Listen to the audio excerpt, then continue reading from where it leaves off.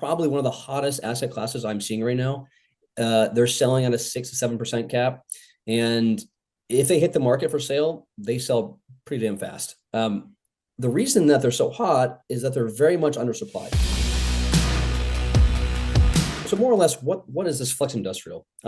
It's sometimes coined as light industrial, but if you think about what it is, essentially it's a 2,000 to 4,000 square foot unit with a small office and a door and some sort of facility to back in materials.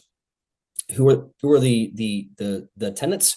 I've seen guys who are collecting Ferraris. I've seen wine collectors. I've seen contractors that store windows, painters, drywall people who fix classic cars. It's a wide base of tenants, which is good and bad in some ways. These things are probably one of the hottest asset classes I'm seeing right now. They're selling at a 6 to 7% cap, and if they hit the market for sale, they sell pretty damn fast. The reason that they're so hot is that they're very much undersupplied.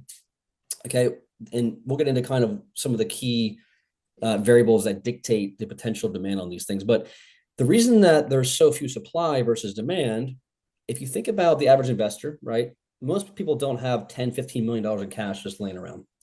And Wall Street likes to write at least a $20 million check, if not 40 million. Okay, so these things cost about 12 to $15 million to produce, right? So they're a little bit too big for the average investor, and they're a little bit too small for Wall Street.